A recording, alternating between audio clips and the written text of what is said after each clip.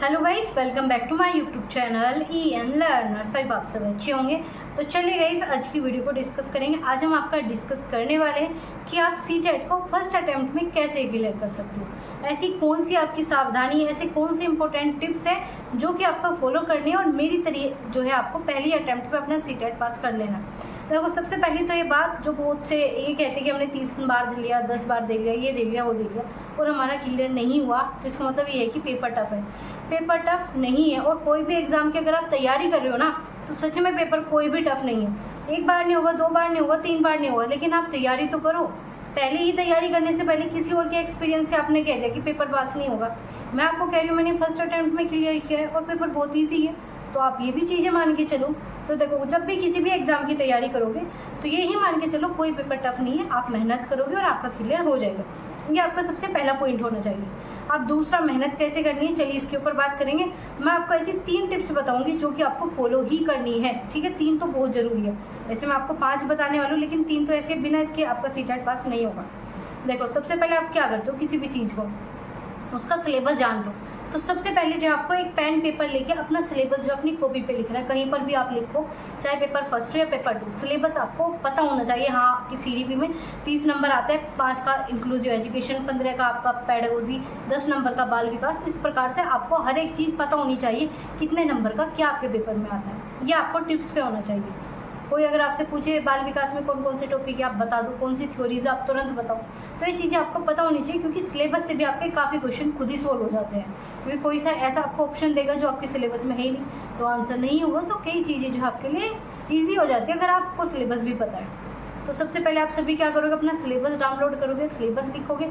अगर आपको सिलेबस नहीं मिलता तो मैं आपको टेलीग्राम चैनल पर सेंड कर दूंगी, और कर भी रखा है कई बार, आप एक बार जाकर सर्च करोगे आपको मिल जाएगा। टेलीग्राम चैनल का लिंक चैनल के अबाउट सेक्शन में आपको देखने को मिल जाएगा। वहाँ पर जाकर आप सारी चीज़ें जो है ज्वाइन कर सकते हो। तो ये तो था आपका सबसे पहले सिलेबस। ठीक है, ये आप सभी को पता है कि ये तो सभी बताते हैं, आप क्या अलग बता रहे हो, मैं आपको अलग बताऊँगी आगे चलिए। ठीक है, इसके बाद क्या करना है, इसके बाद आपको कॉन्सेप्ट नहीं पढ़ने। आप ये कहोगे कॉन्सेप्ट नहीं पढ़ेंगे, पेपर कैसे करेंगे, बिल्कुल नहीं पढ़ने। आपको क्या करना है, आपको कम से कम 3 से 4 सेट लगाने हैं PYQ के। PYQ के कैसे, आपको सोल्व करने का तरीका सीखना है। क्योंकि ना तो सीटेट कॉन्सेप्ट से होता है, ना सीटेट रटने से होता है, सीटेट आपकी थिंकिंग से होता है। आप पेपर में कैसा अटैम्प्ट कर पा रहे हो। अगर आप अच्छा अटैम्प्ट कर पा रहे हो, क्वेश्चन अच्छे से सोल्व कर पा रहे हो, तो आपका सीटेट पास होगा। आपने कितने घंटे पढ़ा, क्या पढ़ा, कहाँ से पढ़ा, कोई मैटर नहीं करता, क्वेश्चन सोल्व करना आना चाहिए। और रही क्वेश्चन सोल्व कैसे करेंगे, तो मैं आपके यहाँ पर लाइव क्लास लूँगी, जिसमें सिर्फ हम क्वेश्चन सोल्व करना सीखेंगे पहले। इसके बाद जो आपको पूरा कोर्स कराया जाएगा, जो कि आप सभी के लिए फ्री ऑफ कॉस्ट रहेगा। PDF नोट्स, हर एक चीज़ मैं आपको प्रोवाइड करूँगी अपने इसी चैनल पर। हर एक चीज़ जो आपको यहाँ पर फ्री में दी जाएगी। ठीक है, और ये इसी वजह से दी जाएगी कि आपका निकल जाए, क्योंकि आगे वैकेंसीज आपके सामने हैं। ठीक है, वैकेंसीज आपके सामने खड़ी है, तो इसी वजह से हर एक चीज़ आपको यहाँ पर दी जाएगी फ्री। और मैं आपके लिए नोट्स वगैरह हर एक चीज़ जो है प्रॉपर तैयार कर रही हूँ, और आपको फ्री में दी जाएगी, और बहुत ही ज़्यादा इंपॉर्टेंट रहेंगे। कहीं आप ये सोचो भाई फ्री में मिल रहा है तो बेकार होंगे, नहीं। उसमें मान के चल सकते हो कि उसमें मेरी 4 से 5 साल की मेहनत है। ठीक है, मेरी BEd की, मेरे MEd की, मेरी MA एजुकेशन, मतलब मैंने डबल सीटेट में जो चीज़ें आती है ना, मैंने उसमें डबल PG कर रखी है। तो बहुत ज़्यादा एक्सपीरियंस है, वो सब उसमें इंक्लूड करके मैं आपको दूंगी। और देने का रीज़न यही है कि आप भटको ना और आपका सीटेट पहली बार में पास हो जाए। ठीक है, तो ये तो थी आपका PYQ। पहला क्या बताया, सिलेबस।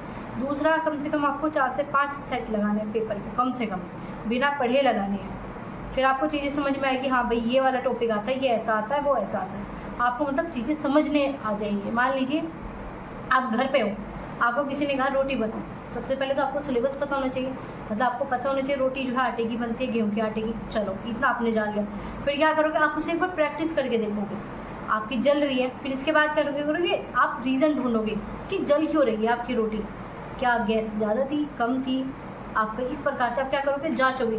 तो वही कॉन्सेप्ट हम यहाँ पर करेंगे। हमने क्या करा, सिलेबस जान लिया, इसके बाद PYQ कर लिए, इसके बाद हम कॉन्सेप्ट पे जाएंगे। कॉन्सेप्ट हमें बहुत ज़्यादा डिटेल में नहीं पढ़ने, क्योंकि PhD आपको नहीं करनी, और ना ही मुझे आपको PhD करानी है। सीटेट पास करना है, इसके बाद आपको टीचर बनना है, इसके बाद की बातें हैं। ठीक है, लेकिन यहाँ पर क्या करोगे, आप चीज़ें पहले से ही डिटेल में सिर्फ इतना ही होना चाहिए कि आपका क्वेश्चन सोल्व हो जाए, बस इतना ही। इंटरव्यू नहीं है इसमें। वो अलग बात है, आप एक्स्ट्रा में पढ़ोगे, मैं आपको डिटेल में ही सारी चीज़ें कराऊंगी। CDP फुल डिटेल में हम आपका करेंगे, पूरा कंप्लीट कोर्स डिटेल में रहेगा और फ्री ऑफ कॉस्ट रहेगा। तो उसमें डिटेल में ही चीज़ें करेंगे, लेकिन जो आपके काम की वो मैं आपको बताऊँगी। तो हमें क्या करना है, हमने कॉन्सेप्ट जान लिए कि हाँ ये चीज़ ऐसी होगी, ये चीज़ ऐसी, ठीक है। इसके बाद हमने क्या कर लिया, हमने कॉन्सेप्ट डिटेल में कर लिया, हमने PYQ पहले किया। अब इसके बाद दोबारा से आप PYQ करोगे, ठीक है। इसके बाद दोबारा से PYQ करोगे। अब PYQ करोगे, लेकिन जो आप क्लासेस करोगे ना, जो मैं आपको PDF नोट्स दूंगी, आपको उसके प्रॉपर खुद से नोट्स बनाने मैं दूंगी, लेकिन फिर भी आपको अपने नोट्स बनाने हैं, क्योंकि जब आप लिखते हो ना और जब आप अपने नोट्स रिवाइज करोगे, उससे बेटर कोई तरीका नहीं है पेपर पास करने का। अपने नोट्स सबसे ज़्यादा काम आते हैं। अगर मैं आपको दिखाऊँ अपने नोट्स, इतने आपको नोट्स दिख जाएंगे, ठीक है। और ये ना सिर्फ मेरे CTET के, आप मेरे वैसे भी है। तो ये देखो, मैंने प्रॉपर हर एक चीज़ के जो है नोट्स बनाए हुए हैं, ठीक है। बहुत नोट्स बनाए हैं और ये काम आते हैं। ये सिर्फ मुझे आधा घंटा नहीं लगता इन्हें आपका पढ़ने में। हर एक चीज़ निपुण हो गया, हर एक चीज़ जो है मेरे पास है। न्यू एजुकेशन पॉलिसी हो गया, हर एक नोट्स मैं आपको के साथ शेयर करूँगी। बहुत ज़्यादा इंपॉर्टेंट नोट्स हैं, ठीक है। बहुत नोट्स है, मैं आपको कितने दिखाऊँ, ठीक है। तो ये सब जो आपको बनाने बहुत ज़्यादा ज़रूरी है। चाहे कोई ये भी देना, पूरा पेपर भी दे रहे, ये आएगा तो भी आपको उसमें से अपने नोट्स बनाने हैं। ये चीज़ें काम आती है, कभी वेस्ट नहीं जाती।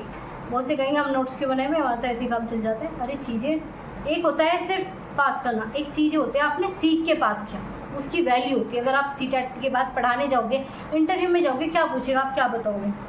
मान लीजिए आपका CTET पास हो गया, अपने नोट्स से बनाए, तो आपको कुछ चीज़ रिवाइज करनी होगी, कैसे करोगे, कहाँ ढूंढोगे वो क्लास, कहाँ क्या सारी चीज़ें, कहाँ करोगे वो 1 घंटे की क्लास एक कॉन्सेप्ट जानने के लिए। तो बहुत सारी चीज़ें नोट्स बनाने ज़रूरी है, ठीक है। ये अभी तक आपके यहाँ पर 4 टिप्स मैंने आपको बता दी, ठीक है। नोट्स के बाद दोबारा से PYQ करोगे। अभी क्या बात हुई कि हमने नोट्स भी बना लिए, हमने कॉन्सेप्ट भी पढ़े, हमने पहले PYQ कर ली। अब दोबारा से आपको PYQ करनी है, दोबारा से आपको PYQ करना है, तब जाकर आपकी CTET की जर्नी खत्म होगी। अब आपकी इसमें कुछ एक्स्ट्रा पॉइंट क्या है, इसमें एक्स्ट्रा पॉइंट ये है जैसे कि आपकी NCERT बहुत ज़्यादा फॉलो करनी है। बहुत ऐसे स्टूडेंट हैं जिनका SST में रह जाता है, आपका सोशल साइंस में रह जाता है, ठीक है, आपका मैथ और साइंस में रह जाता है। रीज़न क्या है आपका NCERT ना पढ़ना। तो सभी पे नहीं पढ़ी जाती, सही बात तो मुझसे भी नहीं पढ़ी जा रही थी, लेकिन मुझे पता था मेरा पास नहीं होगा, इसलिए पढ़नी पड़ी, ठीक है। CTET में जो आपको NCERT है SST के लिए पढ़नी पड़ेगी, और किसी और के ऊपर डिपेंड बिल्कुल मत होना। मतलब डिपेंड होना, किसी की हेल्प लेना, लेकिन 100% नहीं। अब मैं आपको क्लासेस भी दे रही हूँ ना, इसके बाद खुद से सेल्फ स्टडी करनी है। 100% मेरे ऊपर भी मत रहना, किसी भी टीचर चाहे कोई कितना ही अच्छा हो, किसी के ऊपर 100% नहीं होना होता। खुद का भी हमारी सेल्फ स्टडी होती है, खुद का पढ़ने का तरीका होता है, हमें उसका भी यूज़ करना होता है, तभी हमारी चीज़ें बिल्कुल क्लियर होगी, कॉन्सेप्ट क्लियर होते हैं। मान लीजिए मैंने आपको कोई टॉपिक पढ़ाया, आपको अच्छे से समझ में आ गया, लेकिन अगर आप उसे 5 मिनट लगा के रिवाइज़ कर लोगे ना, तो आपके दिमाग में फिट हो जाएगा, तो आपकी स्कीमा में हमेशा के लिए सेव हो जाएगा। तो ये आपकी सेल्फ स्टडी है। ये नहीं कि आपने मेरी 1 घंटे की क्लास की और आपने बाद में कुछ नहीं देखा, फिर आके मुझे कहो हमारे तो कुछ नहीं आया। ऐसा कुछ नहीं है, मेरा बताया हुआ आप कितना याद रख सकते हो। अगर रिवाइज नहीं करोगे तो याद नहीं रहेगा 2 दिन 4 दिन बस, इससे ज़्यादा नहीं। साइकोलॉजी आप B.Ed में पढ़ते हो, आपको पता है कितनी चीज़ें याद रहती हैं, कितनी चीज़ें हम भूल जाते हैं। हम वही चीज़ें याद रखते हैं जो हमारी बार बार रिपीटेड होती हैं, या कुछ ऐसा इंसिडेंट, कुछ इस प्रकार की चीज़ें हुई हो जो कि आपके लिए बहुत ही आश्चर्यचकित थी, बहुत ही अजीब थी, वो याद रहती है। हर एक चीज़ याद नहीं रह सकते। मैं आपसे पूछूं 5 दिन पहले क्या खाया था, याद ही नहीं होगा। अगर 5 दिन पहले कहीं आप शादी में गए, कुछ अच्छा खाया होगा, वो आपको याद रह जाएगा। नॉर्मल घर का याद नहीं होगा। क्यों? क्योंकि वो आपको याद नहीं रखना था। ऐसे आपके साथ ये है, ठीक है। तो NCERT बहुत ज़्यादा फोकस पे रखनी है, NCERT बहुत ज़्यादा पढ़नी है। ये आपका स्पेशल पॉइंट है SST वालों के लिए, आपका मैथ और साइंस वालों के लिए, जो कि सभी स्किप करते हैं। ये स्किप नहीं करना, वरना CTET पास नहीं होगा। और मैं आपको ये नहीं बता रही मैं किसी टीचरों की कुछ भी बुराई मैं बिल्कुल नहीं कर रही, लेकिन कहीं से अगर आप SST, खास तौर पर मैं SST का बता रही हूँ, कहीं पर भी SST पढ़ते हो ना, सिलेबस के अकॉर्डिंग पढ़ना। क्योंकि लगभग मैं आपको बताऊँ 70% ऐसे टीचर है ना जो आपको SST की बजाय ना, मतलब CTET की SST की बजाय आपको कॉम्पिटिशन की GK GS पढ़ा रहे हैं। 70% ऐसे टीचर हैं, ठीक है। अब मुझे नहीं पता वो ऐसे क्यों कर रहे हैं, या फिर उन्हें लगता है कि दोनों काम हो जाएंगे जैसे भी, लेकिन वो आपके पेपर में आती नहीं है। और आप ये कहोगे आप ऐसे कैसे बता रहे हो, मैंने खुद देखा है। और अगर आपको मैं बाकी बहुत से ऐसे स्टूडेंट आपको दिखा दूँगी जिन्होंने खुद ये चीज़ें, मैंने उन्हें कहा था ऐसे मत करो, लेकिन उन्होंने नहीं मानी और उनके साथ ऐसा हुआ है और पछताए है, उनका नहीं हुआ क्लियर। और SST और सोशल, मतलब आपका साइंस और मैथ, यही आपका एग्ज़ाम क्लियर कराएगा। 60 नंबर का खेल है, 60 नंबर आपका पेपर पास या फेल करा सकता है।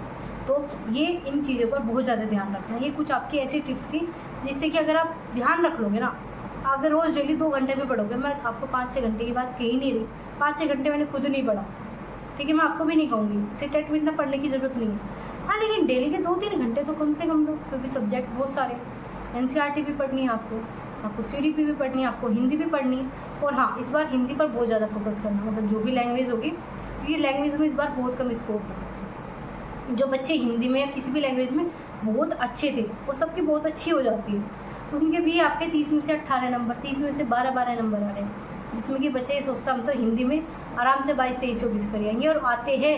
इस बार बच्चों के 18 आए हैं, 16 आए हैं, ये देखो, ये इस बार हुआ है। तो आप किसी भी चीज़ को हल्के में नहीं लेना। जब आप PYQ करोगे ना, चीज़ें समझ में आ जाएगी। और आप मुझे टाइमिंग बता दो, मैं आपके PYQ कराऊंगी बिना आपका एक्स्ट्रा टाइम वेस्ट किए हुए, सीधा कॉन्सेप्ट पे सीधा चीज़ें, ठीक है, डिटेल में रहेगी। क्वेश्चन कराएंगे, तीनों ऑप्शन पे काम करेंगे। अगर आपने तीनों ऑप्शन पे मेरे साथ काम कर लिया तो CTET नहीं रुकेगा। PYQ मेरे अकॉर्डिंग जैसे मैं आपको बता रही हूँ ऐसे कर ली ना, सारे ऑप्शन वाइज जैसे मैं आपको कराऊंगी, तो आपका CTET नहीं रुकने वाला। सिर्फ इस तरीके से करना, ठीक है। ये मेरा खुद का एक्सपीरियंस है, जो भी मैंने गेन किया, जिस भी तरीके से मैं आपको बता सकती हूँ, हर एक चीज़ मैं आपको बताऊँगी, और जिससे CTET आपका पास हो जाएगा। और कोई भी आपका पेड कोर्स, अगर कोई कहे पेड कोर्स लो, बिल्कुल नहीं लेना, किसी का नहीं लेना, मेरा भी नहीं, किसी का नहीं लेना, ठीक है। क्योंकि फ्री में आपको मैं बहुत सारी चीज़ें प्रोवाइड करा दूँगी, बुक तक, नोट्स भी, आपको PDF भी, हर एक चीज़ मिल जाएगी, ठीक है। तो बस यही आपको टिप्स बतानी थी, दोबारा से रिवाइज़ करती हूँ।